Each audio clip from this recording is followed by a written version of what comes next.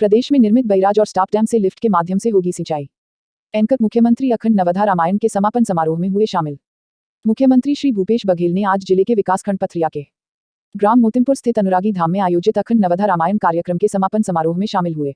इस अवसर पर उन्होंने बाबा अनुरागी जी की समाधि पर पुष्पांजलि और हवन कुंड में आहुति अर्पित कर प्रदेश की जनता की खुशहाली के लिए आशीर्वाद मांगा। उन्होंने अखंड नवधा रामायण समापन कार्यक्रम को संबोधित करते हुए कहा कि भारत देश संत महात्माओं का देश है।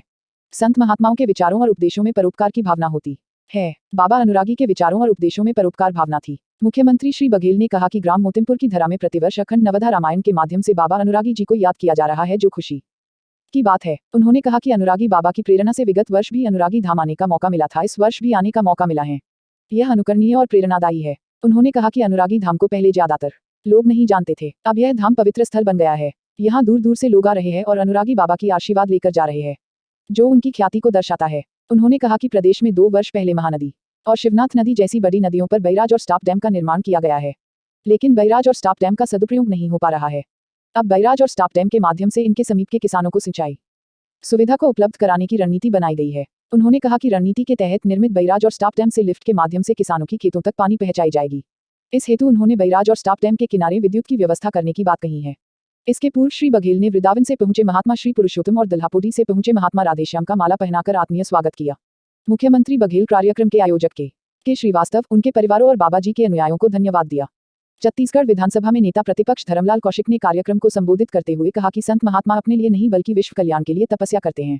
बाबा अनुरागी ने भी मानव कल्याण के लिए तपस्या की है। उन्होंने कहा कि अनुरागी धाम की पावन धरा पर हर वर्ष अखंड नवधा रामायण का आयोजन किया जाता है। इस आयोजन में दूर दूर से श्रद्धालु जन आते हैं, जिसके फलस्वरूप भाईचारा और एकता की भावना और अधिक मजबूत होती है। कार्यक्रम को स्कूल शिक्षा मंत्री श्री प्रेमसाय सिंह टेकाम ने भी सभा को संबोधित किया।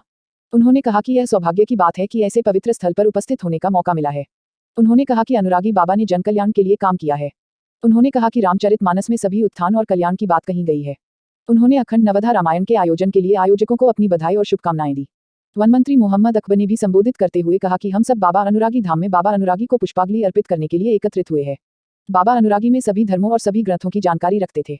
उन्होंने अपने संदेशों में जनकल्याण की बात कही है। कार्यक्रम को राज्यसभा सांसद श्री विवेक तनखा ने भी संबोधित करते हुए कहा कि अनुरागी धाम में आने जाने वालों की संख्या में लगातार इजाफा हो रहा है, जो अनुरागी बाबा के प्रति गहरी आस्था की सहूलियत के लिए एक बड़ा फैसला लेते हुए किसानों के धान से बारदानी खरीदी कर रही है। लेकिन कुछ कम केंद्रों में ये देखा जा रहा है कि किसानों पर दबाव बनाया जा रहा है, आप अगर बारदानी लाएंगे तभी टोकन दिया जाएगा या खरीदी की जाएगी। ये तो तानाशाही चल रहा है केंद्रों में, कई केंद्रों में। यदि इस प्रकार से तो उन्हें स्पष्ट निर्देश है कि किसान से सहयोग लेकर ही धान खरीदी की व्यवस्था की जाए। किसान आंदोलन को लेकर के आपने नगर सैनिक की मानदेय को लेकर बढ़ाने के लिए आपने 2017 में पूर्व मुख्यमंत्री को लेटर लिखा था और आप हाँ लिखे थे, लेकिन कोरोना आ जाएगा थोड़ी जान रहे थे हम। तो सब में हो रहा है, वो लोग समर्थन मूल्य मांग रहे हैं। समर्थन मूल्य खरीदी होनी चाहिए। यहाँ छत्तीसगढ़ में समर्थन मूल्य खरीदी हो रही है। सर, पंचायत सचिव के हड़ताल में जाने से पंचायतों में काम पड़ा हुआ है। देखिए, अधिकारी कर्मचारी हड़ताल करते रहते हैं, फिर बातचीत होती है, हड़ताल समाप्त होता है। ये तो प्रक्रिया चलते, प्रजातंत्र है। सर, पर्यटन